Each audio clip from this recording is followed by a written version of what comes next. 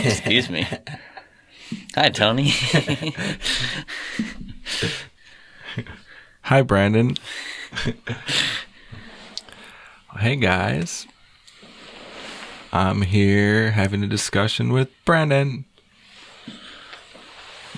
And today we are talking about how we, as human, breathing, conscious life forms, use our bodies to translate to translate the universe into something that we can categorize and label and call something and talk about and describe and experience in some kind of experiential way.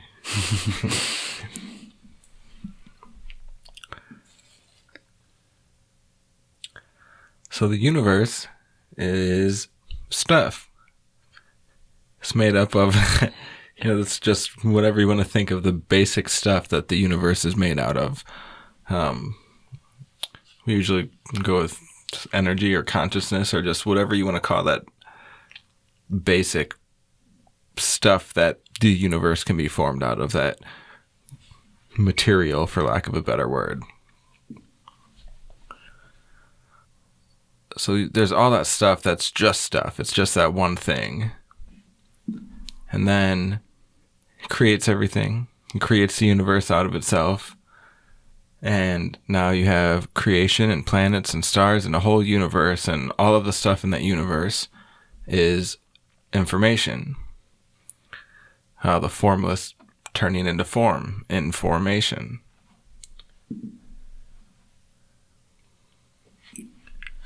And that's all it really is. It's just that stuff that's turned into separate stuff.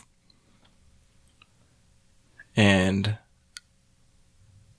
our roles, or part of our roles as human breathing conscious life forms here on Earth, is to translate that information into something.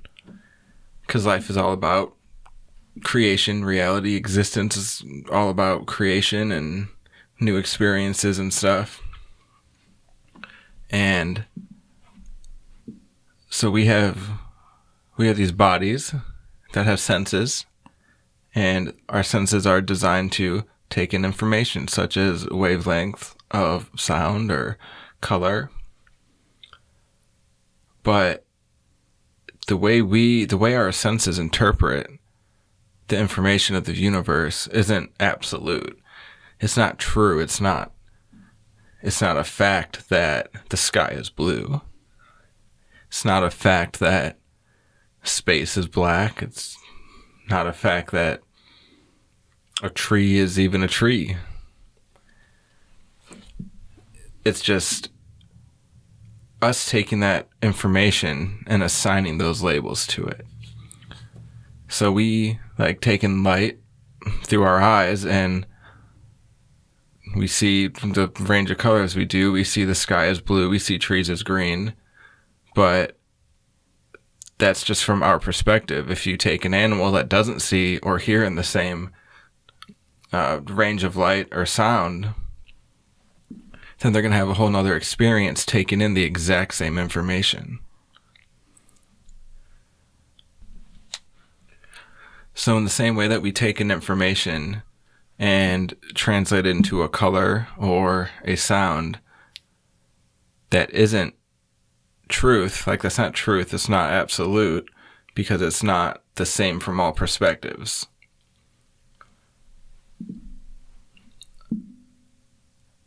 And we can think of that in a physical way like that. We can think of that just like I'm talking about now with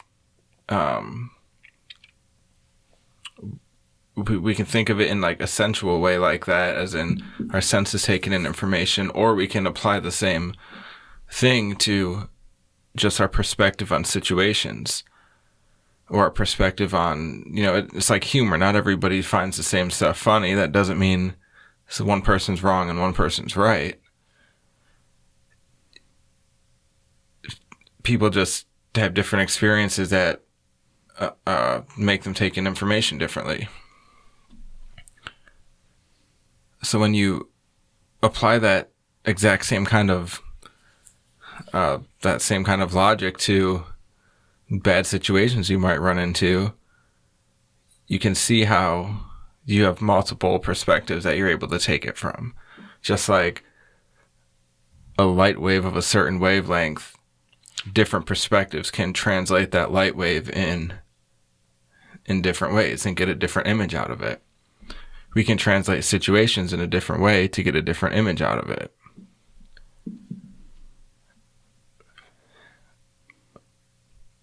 We have to realize that we have this control, though, because too often people find themselves in a situation and just react to it in a way that they feel like they're supposed to act because of just how they were brought up or their past experiences in life or just what they consider to be a social norm, or what is a social norm, I guess. Nobody said a social norm tend to be normal. And when you really give yourself an ability when you can realize that even your thoughts on the situation, it's not absolute, it's not truth. It's just where you're seeing it. It's just the image you're seeing from your perspective. The only difference is we can't, biologically anyway, shift what, range of light we see and what range of sound we hear, but we can shift what range of perspective is in. We can shift the space from which we're viewing a specific situation. We can decide what we get out of a certain situation.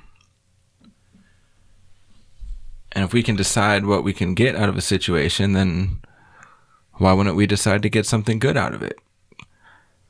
And what's good? Satisfaction. Just stuff that makes you feel good, that feel-good feeling, that, oh yeah. Just think that just when something makes us feel good, that not when something makes you happy and you say, oh, that makes me happy, or this is funny, it makes me laugh, but just when something makes you feel that satisfaction that you can't describe other than just to think like, oh, it feels good. And that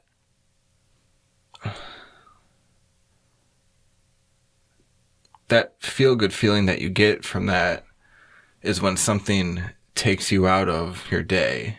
It's when something takes you out of your thoughts and distracts you from the constant running in your mind. Probably does if you're like most people, but it doesn't distract it with something else. It distracts it with just openness and spaciousness in your mind, to where it's not, it doesn't focus you on something specific to distract you. It just leaves your mind open to doing whatever task you're doing. And that can be, anything. For most people, it's, maybe playing a sport, or even playing a video game, or doing a puzzle, painting, playing music, just anything that people like to do. Anything they like to do that they're not doing for any reason other than it's just satisfying to them. It just gives them that feel-good feeling. And if you do, especially if you have a broad range of interest, what you can eventually realize is that feeling that you get, that feeling, that good feeling, it doesn't change across what you're doing. There might be different things that give you that feeling, but that feeling of just like real satisfaction doesn't change. That's the feeling that you're seeking out of the thing you're doing. And you might have different ways of getting that feeling, but it's still that feeling. And what you can take from that is that basically that you can get that feeling from anything, really. You can, once you really recognize that feeling, and you recognize the steps that whatever your method is, when you recognize the steps that your method uses to take you there, and you recognize and you're mindful of what your mind's doing and what your feelings are doing while going to that place, then you can, just like I said, really learn to find that in anything, even stuff most people don't like doing.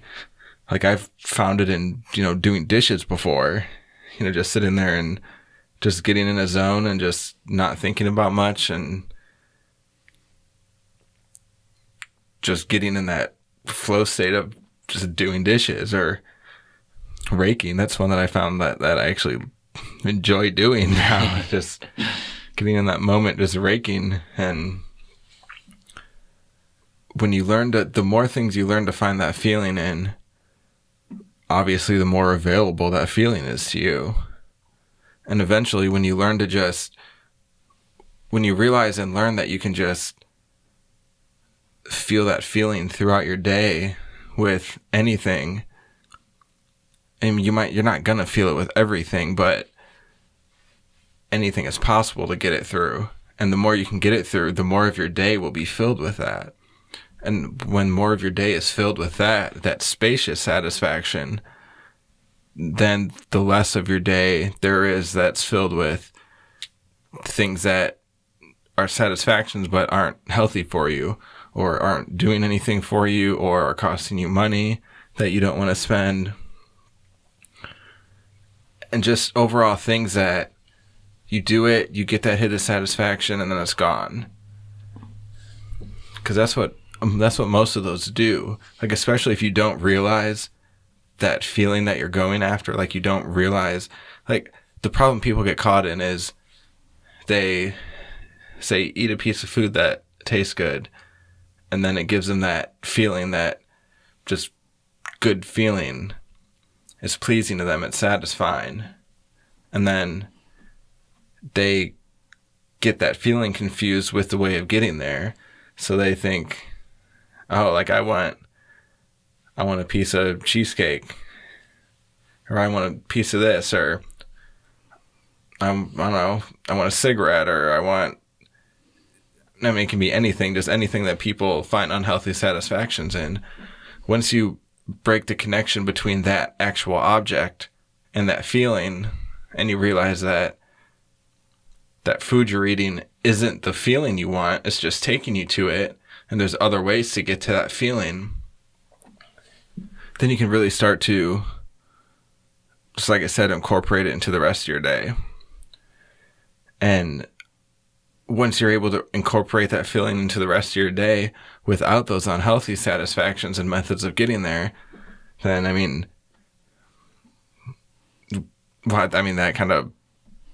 that just kind of sums it up there. Like, just the less of your day there is that's filled with stuff you don't want to fill it with, and the more of your day there is that's filled with the feeling that you get from the stuff you don't want to fill it with, without having to go through the avenue of the stuff you don't want to fill it with. I think this is where people get, caught up in all kinds of addictions a lot, is they're not finding that feel good feeling except in the ways that, they're addicted to. And when you're not mindful and you're just hopping from one satisfaction to the next, like a lot of people do, because they think that the method is going to bring the satisfaction, and they, maybe think it's going to stay around, but it never does.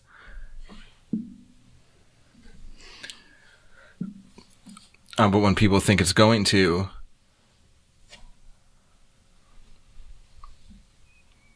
then they start becoming real uncomfortable with the space in between satisfactions, because they realize that, that satisfaction, well, it's not there because they're still craving whatever they were craving.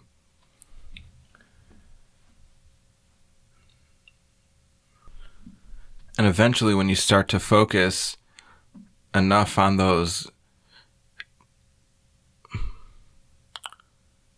other stuff that brings you that feeling that's better for you, I shouldn't say focus on, because you don't even really have to focus on it. At a point, once you do that enough, and you find that feel-good feeling in enough stuff, that even just stuff that's different than how you would normally find it, but in stuff that's just comes your way naturally. The more you can find that feeling, and the more you can recognize that feeling is separate from the method, the more you see that feeling. Well, like I said, the more you see the feeling throughout the day, but then at a point you get to where you're just walking around and like you just catch some trees the right way, and you just catch some trees the right way that look just right, and you get that feeling. Or, you catch the sun setting and you get that feeling. Or you just see an ant walking around and you just notice it, and it just gives you that feeling because for one, it's really putting you in the present moment. It's catching your attention off guard and kind of like, oh, look at me, And this is where it helps a lot to, like we were talking about before, that it's not bad to have labels about stuff and to separate things into groups, but it's not good to look at those labels and think that's what it actually is. And the more we're able to practice being open to realizing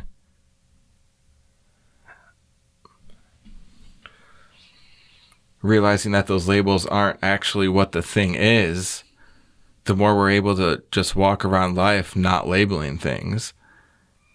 And when you don't label things, so when you put a label on something, like, what the moon is because you were showed it and you were told that's the moon. And somebody, like your parent or whatever, put that label on the moon as the moon. And so that's what you now know it as. So when you see it, you think moon, and then you think whatever you know about the moon. Or when you see a tree, you think tree, or a car, you think car. And when you can get to where you can look at stuff without automatically throwing those labels on it, those thoughts don't just pop up right away. And when those thoughts don't pop up right away, you're left with that openness in your mind. That word moon and those thoughts about the moon or whatever you're looking at don't flood into your mind as soon as you look at it. And when you're able to look at it without attaching labels and words to it, then you get to see it for what it is. And when you see something for what it is, it's satisfying. Like, when you see something, like when you see something and you feel satisfied looking at it and you don't know why, that's just like the purest level of satisfaction that you can get.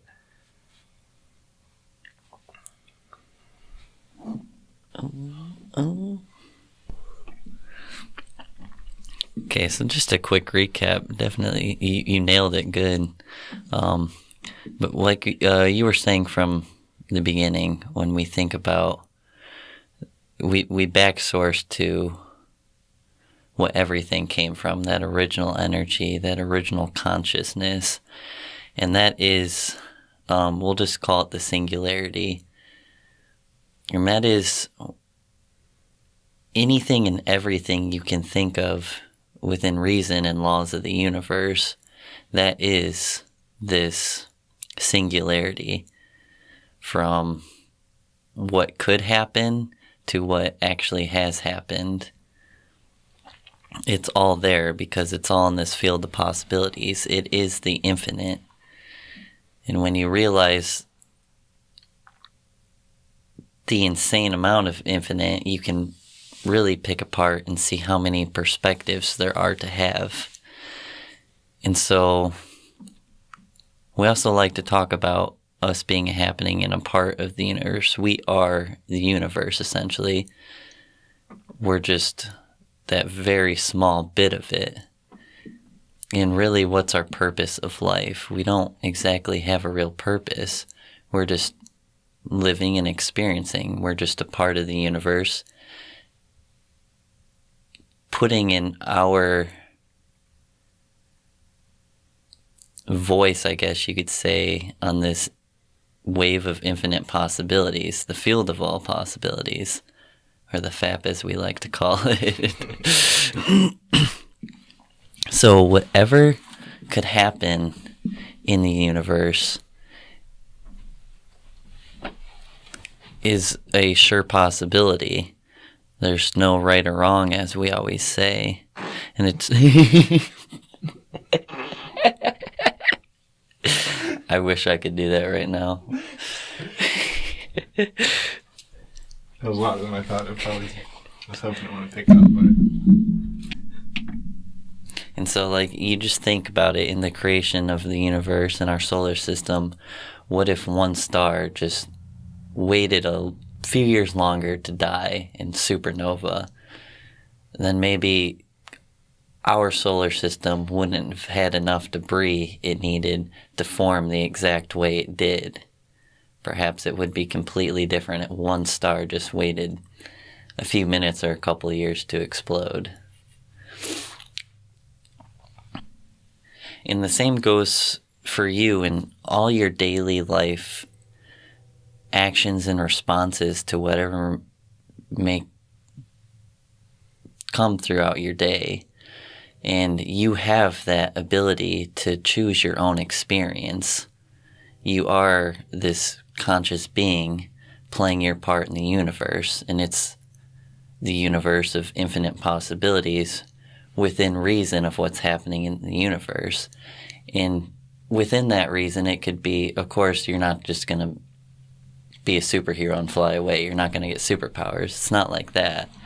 But it's how you act and react to situations and what information you project out into the universe and how you receive information as well.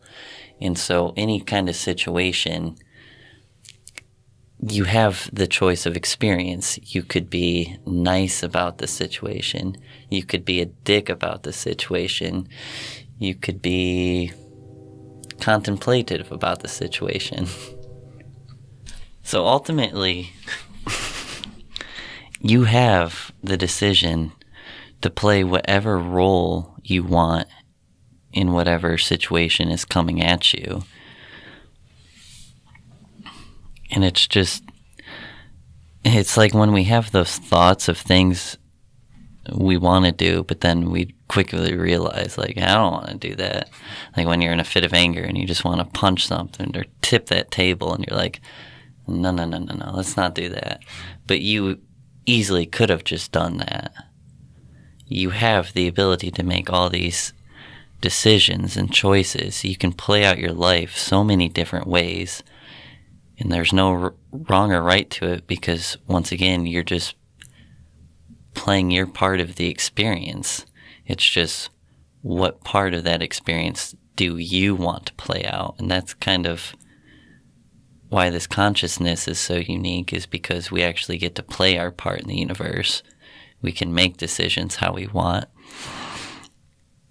And this, it goes so far, you can, like you were saying, you can find this contentment, your happiness, this just happy spot in any situation.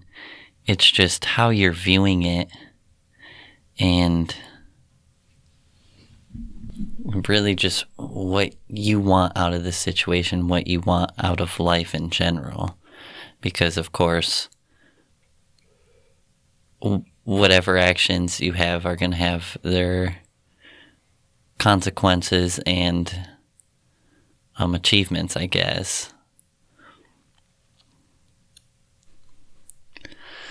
So when you're trying to experience, or when you're looking at how you want to experience life, you really have to take that into account in every situation you're a part of, because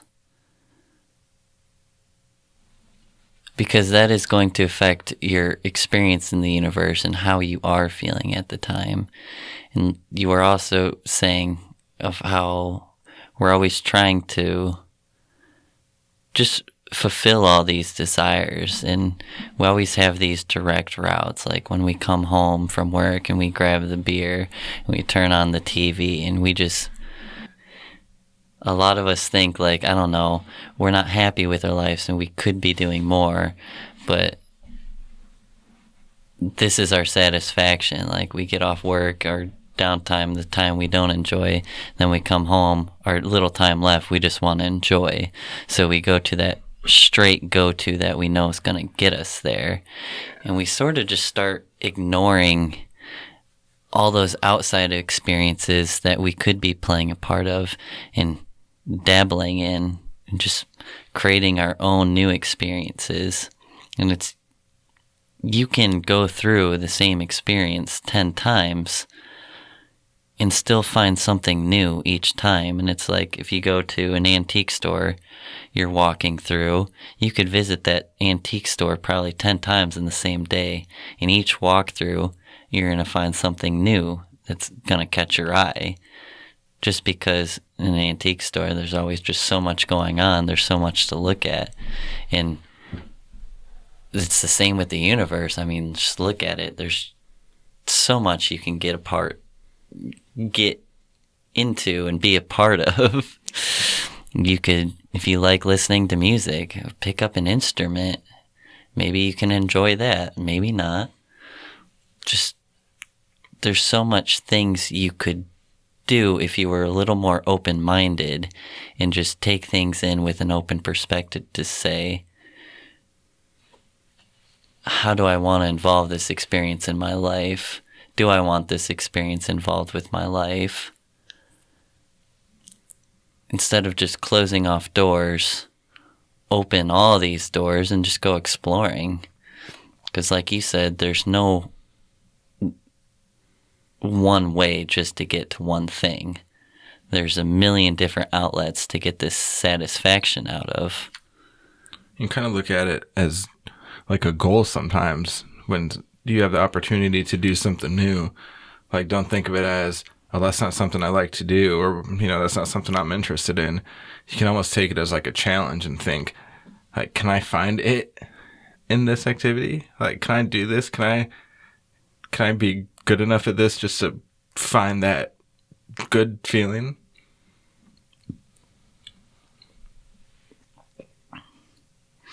Let's just think of your example of always eating. It's just like trying new food. Like, I know a lot of people that just will try new food just because you never know when that delicious food's just going to come around the corner and you're just going to love it. You're like, how could I have been missing that from my life for so long? Yeah. And it's everyday life experiences. You just never know what you could get into unless you really step into those shoes and do it. Some things may be for you, some things may not be. Once again, it's what experience do you want to carry out in the universe? You want it to be fun? It's like if you go on a road trip and you're just a homebody and you just want to stay home and play video games and that's all you're thinking about the whole time you're on this road trip. Everybody else is, oh, look at all this new scenery and just enjoying themselves. And you're just, oh, I just want to play video games. I want to be home. You're just missing out on the experience. Yeah, especially in in that kind of situation, because at that point you're not declining to necessarily try something new, but you're already in that situation where you're doing something new and different. It's like if you're already in that situation anyway, then just experience it.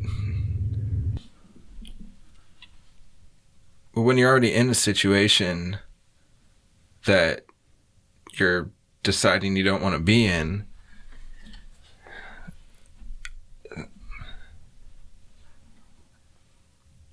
you're pretty much setting yourself up for failure to have it in good time. Yeah, when you can, like I said, anytime you're in a new situation, you should at least just check it out, consciously just check it out, feel it out, see what it's about.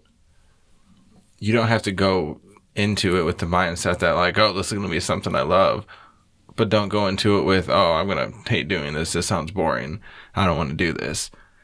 Because you can get that satisfying feeling out of anything, even something that's boring. I think a lot of us just don't involve in things out of spite. Yeah. And I know, like, I'm definitely guilty. Like an app game like Flappy Bird or Angry Birds. Like, there's so much, people find so much enjoyment, and I'm sure I would too, but just because... you're playing that Flappy Birds. I'm not playing that fucking game. Yeah, just because it's such a big thing, like, I don't even want to be involved with. Like, I just do it out of spite. Yeah, I was on MySpace for quite a while after Facebook came out just because of that. Yep. Yeah, and some things, we just do it because there's just one thing that's off-putting or some relation we find, and we're just, this is disgusting. No, absolutely not. I do that a lot with words. There's a lot of words that I find myself like wanting to use, but then I don't want to say them because like either people I don't think are great people say them, or I just hear it all the time, or it's like the new thing, so I don't want to say it. Yeah. Until I start running into too many situations where I'm like, oh, fuck, this just fits. This is just a word I want to use right here. I didn't start using Gucci till several years after it was dead. But, yes, it's the same thing. And then I had to consciously make that decision to like, I don't know, like I'm still letting the fact that these people are saying it control me just as much as somebody who's saying it just because everybody else is saying it. It's, putting me in the opposite direction, but I'm still letting it control me, and I'm not doing something I want to do or saying something I want to say because of some completely insignificant association I have with it. Like fire for something good. Or dope for something good. Like, that was a big one. I'm just like, fuck. It just fits here better. It gives me something else to say besides like a select other 2 or 3 words to mean this is good. Mm-hmm.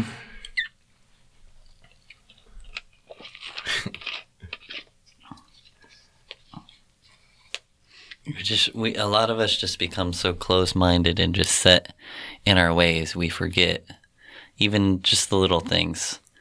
Like, that little, huh? Yeah. Just listening to a band or certain show because of the stigma behind it. It's one. Just, you just get rid of that experience. You never know. You could love it. Yeah. You really could if you love do, it. You don't have to tell people. Yeah. You don't have to tell people you liked it. You can still enjoy it and still take something out of it. Do it in private. Do your ballet in private. Yeah. Behind closed doors. Guilty pleasures. Exactly. We all have them. If you don't want it public, then don't make it public. Right. But really, I think you should own up to it. I think so. It's you. But if it's... I'm a big person. When it comes to anxiety and comfort, I kind of like closed doors, so definitely understand. Just going back, it's what you want out of life, and realizing there's a million ways to get there, and there's a million perspectives to have, and not millions, infinite on both of those. It's take what you get. Plus, I mean, what are you going to do? If you're, especially if you're a teenager or you're 20, 30 years old, like, what are you going to do? Just find satisfaction in the same 1 or 2 things for the rest of your life until you die, and then be there dying and just think of all these things you didn't do and just not have anything to just like reflect on your life about? Or wishing you had more time to do a bunch of stuff you wanted to do that you didn't? And you never know when things are going to change in your life and when you're going to need that new experience. Or when you'll get the chance to have that new experience again. Exactly. And just a stupid example, like when I was a kid, real young, like probably 5 or 6, I just remember thinking, I was like, if these two movies could just loop on television for the rest of my life, I'd be so happy. And it was some Looney Tunes movie and like Land Before Time. Liar, Liar, and Jingle All the Way for me. But I remember that, like, it was such a vivid memory, and years later, it just came up, and I was just reflecting upon it. I was like, I never wish to see either of those movies ever again. You were so sure before. Yeah. So sure that you'd just be content the rest of your life doing that. Yep, and soon enough, a few years, I'm like, absolutely not. That's insanity. Yeah. So you never know when that change is going to happen, and when you just might need that extra outlet to get you out of a situation. Luckily for me, there's millions of movies out there. My wish didn't come true. I had other movies to choose from. But in life, you're never certain on what things are going to be around and what experiences you might have. And it's just hanging out with your parents or other relatives. Like, it's something I think a lot of us would be like, hey, we should probably spend more time with these people, or even just our friends or special ones in general. We sometimes think we should devote more time to these people, but then we're too involved with our own lives. So we just have our own set ways, our own experiences we just want to have. And then what if that person dies the next day? Then you're forever left without having that experience. Right. So just realizing the change, and change is only the only consistency, maybe that can help push you to experience more. Definitely helps with a lot, just recognizing that. Yeah. Change is the only consistency. Because like you said, you see more things as windows of opportunity instead of just something you can put off till later. And then when you see those windows, you want to take them, not just because you might miss the opportunity to do that, but if you decide later that you want to do it, or you're put in a situation that you have to do whatever it is, then who knows what opportunities you could miss having to do that later than you could have. I actually watched a really good TED Talk on that. And the guy was just explaining, like, he had this plan and he was just going to work real hard to a certain point. And then him and his wife could retire and they'll just have all this time in the world to just do whatever they want. So he was missing birthdays. Like, he was busting his ass. He was just a workaholic. It was work, work, work.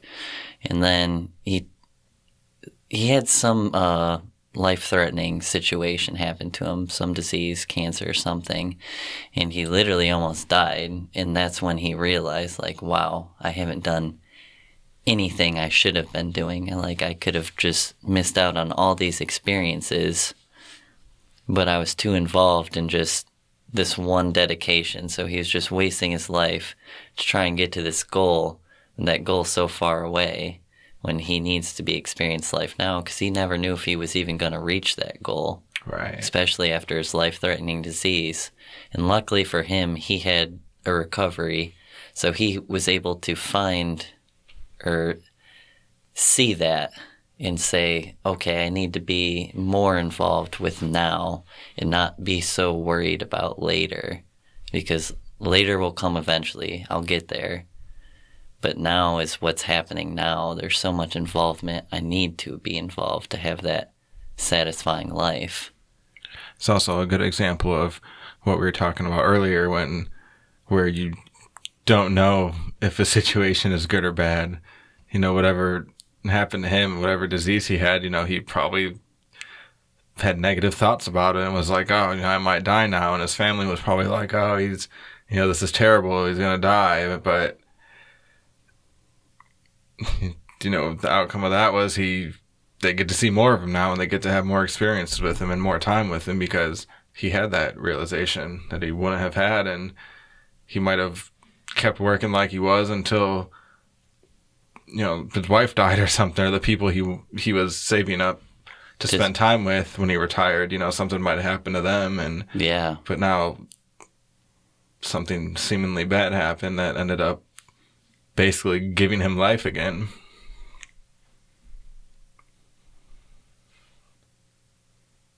Plus life, I mean, that's what life is all about, is just playing and making yourself into different characters and having different experiences. And like, people just limit themselves so much compared to their potential. Not even necessarily their potential for success or money or material things they want, but just their potential to have just a general well-being in life and just generally a good experience and healthy mind. Lots of those satisfactions, those real, you know, untranslated satisfactions. You know, so many, like, the whole, you know, attaching to your method of getting there instead of recognizing what you're getting at.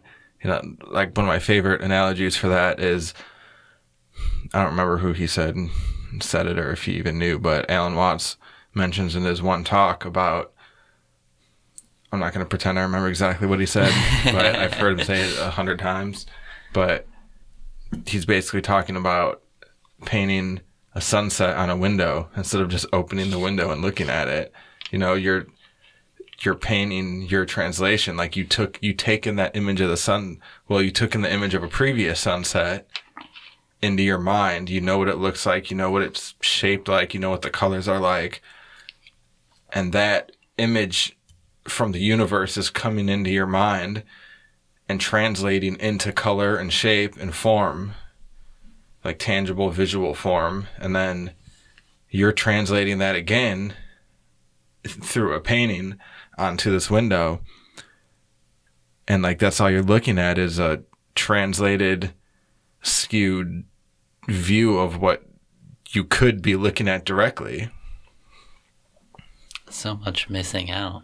Yeah. And that analogy is exactly what you're doing when you identify and attach so much to your methods of getting those feel-good feelings and your methods of finding satisfaction. Plus, once you really get a feel for being able to see that good feeling and get that good feeling through just everything that comes your way in life, it just really it really frees up space for your mind to kind of play, because you're not focused on like, oh, I got to get home to watch TV, or I can't wait for my smoke break, or, you know, your mind isn't caught in those attachments. Waiting for the next thing. Yeah, exactly. And it just frees it up for presence, for one. When you're not attached to what's coming and what happened, you're in the present. And that just magnifies that good feeling, you know, even more.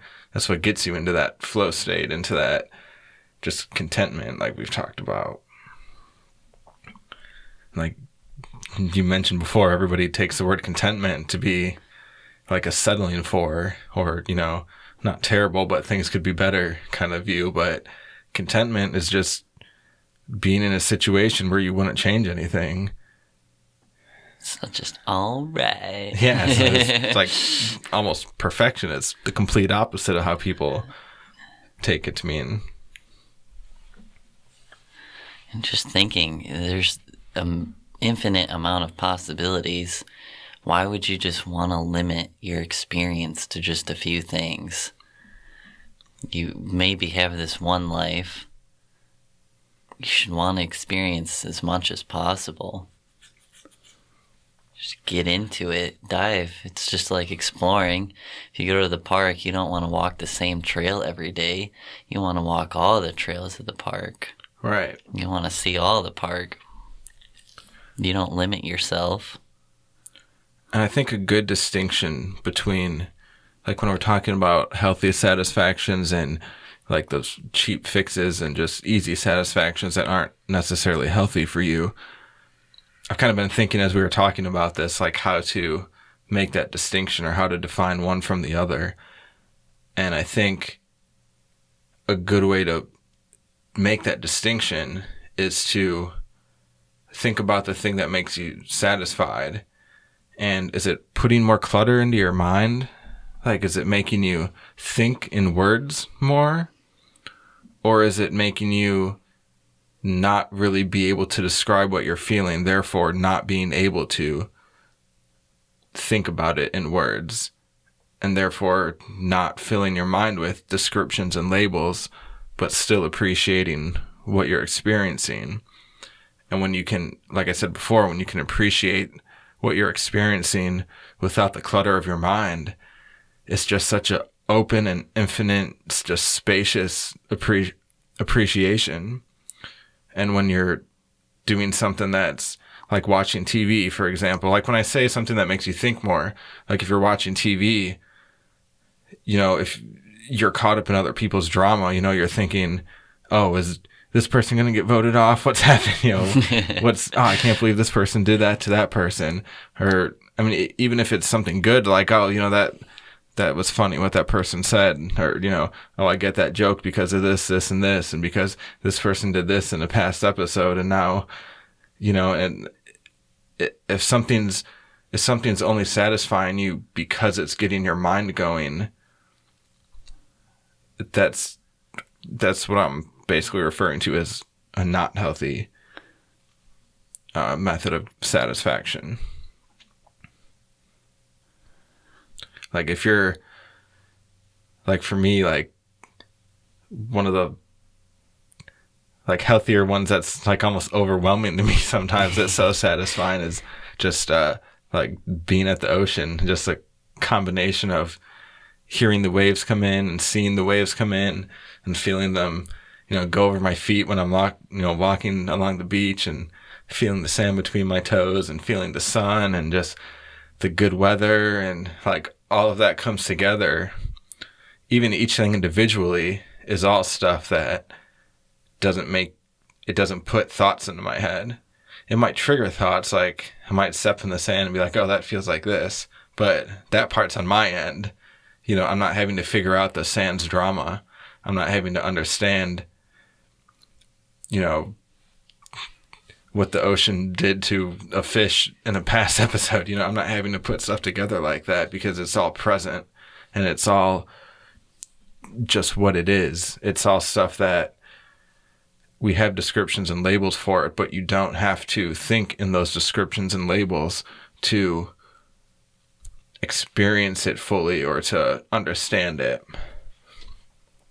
And when there's just all those so when all those get put together, it's just so many satisfying, stimulating things, but it's all satisfying in a way that instead of making me think and putting words in my head, it's like, I mean, sometimes like stuff like that, just literally when someone says like, oh, this left me speechless, like, that's a real thing. And, that's like the best kind of satisfactions are the ones that make you feel so good that there's just no way for you to describe it or put it into words. Because you're seeing it out of it. Exactly. You're seeing it.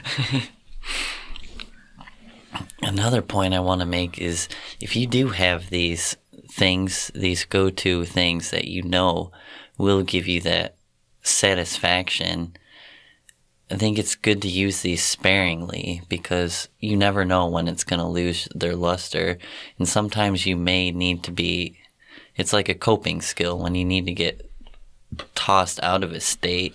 If you're just having a horrible day and you really need that thing, you want it to be effective. Yeah, you want it to be just as exciting as it was before. Yeah, you don't want to be desensitized to something that you're counting on pulling you out of something. Yeah. And it's just like, it's like listening to your new favorite song, and you just listen to it on repeat. And then within a few weeks, you're like, I don't want to listen to that song anymore. And it's just gone. Like, that was your go-to for so long. And then just one day, oh, nope. And so it's just in those stressful situations, like,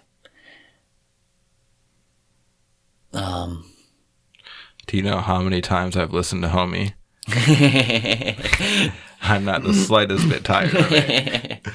But in 99% of situations, you're right. Yeah. There's a lot of things, like guitar playing. Like, I can play guitar anytime. It doesn't get tiring. Right.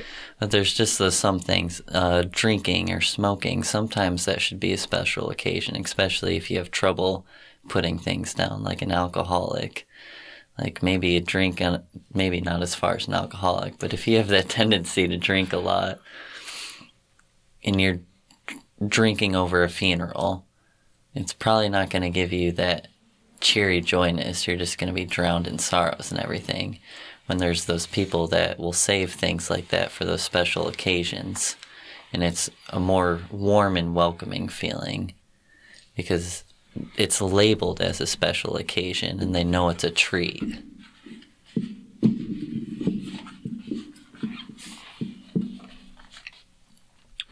Yeah, it just automatically makes it something good, something better. And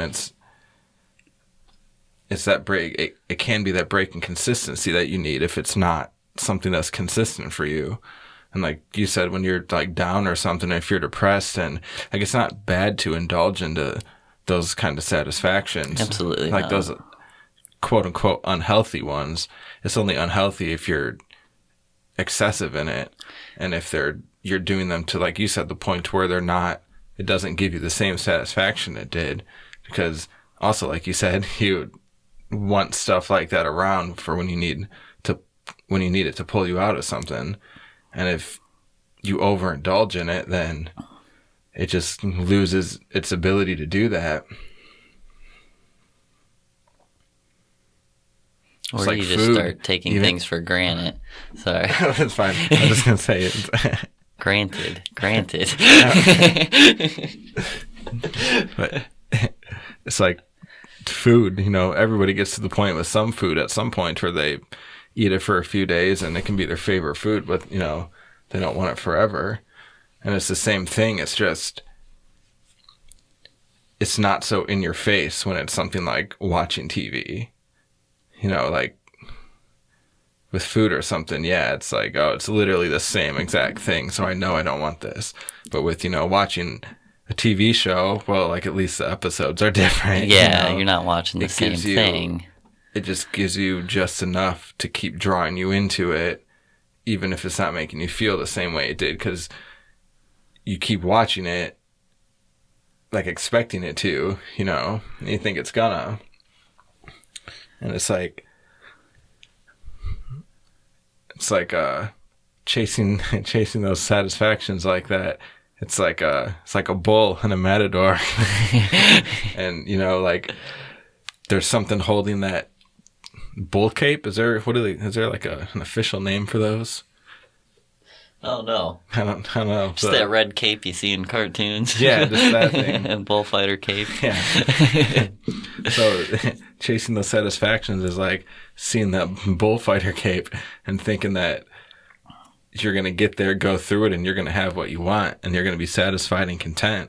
But as soon as you get it, it's taken away from you, and you see there was nothing there the whole time. That satisfaction wasn't there because you were attaching not to the satisfaction. Well, you shouldn't attach to the satisfaction, but you unattached to get to the satisfaction. But it's not there because you were attached to the method of getting there, and the method of getting there is not it. I think we all have the experience. To bring back the TV example, like how it's kind of tricky and we just keep getting sucked into it because there's that little change. But I'm sure we've all turned on the TV or turned on Netflix and we're just channel surfing or browsing and we're like, nothing's appealing. These shows all suck. I don't want to watch any of these. But you're still so dead set on just trying to find a show to watch. Yeah, that you spend like a whole show length looking for... When you could easily just, okay, this isn't what I want to do. Let's turn this off and do something else. Right. Let's be productive. Let's get a new experience in here. Let's pick up a new hobby. No, we're going to find something to watch, damn it. Right. You just learn about something. Like when you can just getting to the point to where learning about stuff is satisfying, like having stuff you're interested in and then learning about those things or becoming interested because you learned about something. But once you get to the point to where learning new things is satisfying, then like satisfaction is literally endless. You know, 'cause there's always something to learn about. Exactly. And there's so much that you'll find something. And when you, like, the more of these things you have, the more of these healthy ways of finding that good feeling that you have,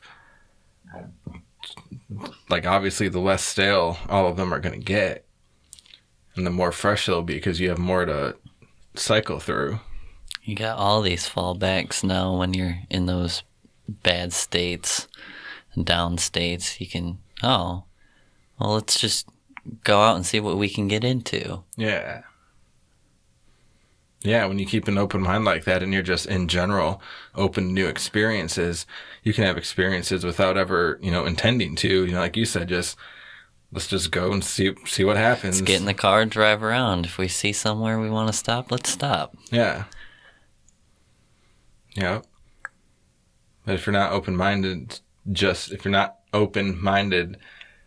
to the fact of having new experiences in general, then like you're not even going to want to make that first step to go out.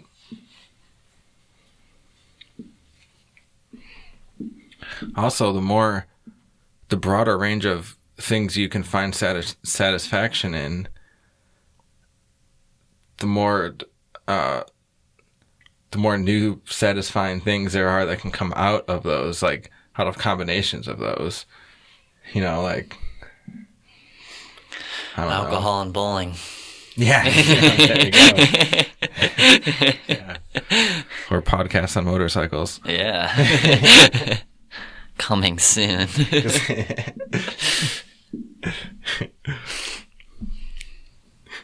The hog vlog. The hog vlog. Nothing but beef there. Oh, I guess that'd be pork. Yeah, but it's literally taking the experience to the next level, combining all the experience to come up with even more new experience. Yep, and you know what happens when you combine all the experiences with all the experiences? You're at the F.A.P. Get it? Yeah. And F.A.P feels so good. Sorry. Just really allows you to release everything you've been attaching to.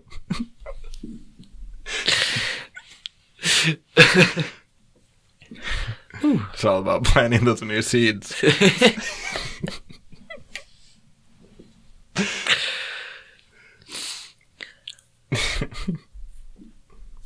Well put.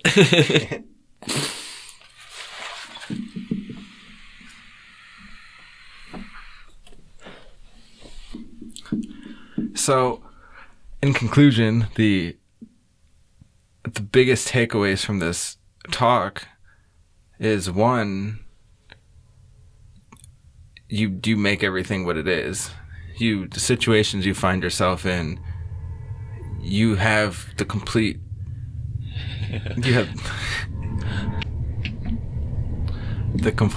conscious ability to change your experience in any situation. It's just all about where you put your perspective. And just like we translate light into different colors and images in our mind, we choose how we translate situations and how we take them and their effect on us. And the other big takeaway from this is to realize that you can find that good feeling that you're looking for when you do things that you like to do. That satisfaction, you can get that in anything. It's not exclusive to any one method.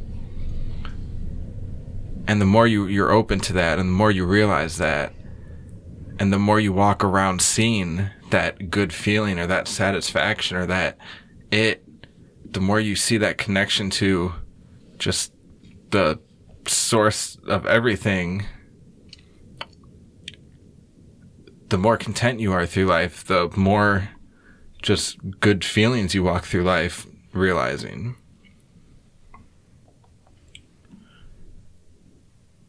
So I think that's going to wrap it up for me and Brandon tonight. Yeah, hope you guys enjoyed listening and got something out of this. If you did, please hit that subscribe, hit that like, leave a comment below for future video discussions or things you'd like us to recap or go a bit further in depth on. Topic suggestions, questions you might have. We love to hear Help it with all. anything. All of it. Give it to us. So I hope you all have a nice, wonderful, beautiful day and happy adventures.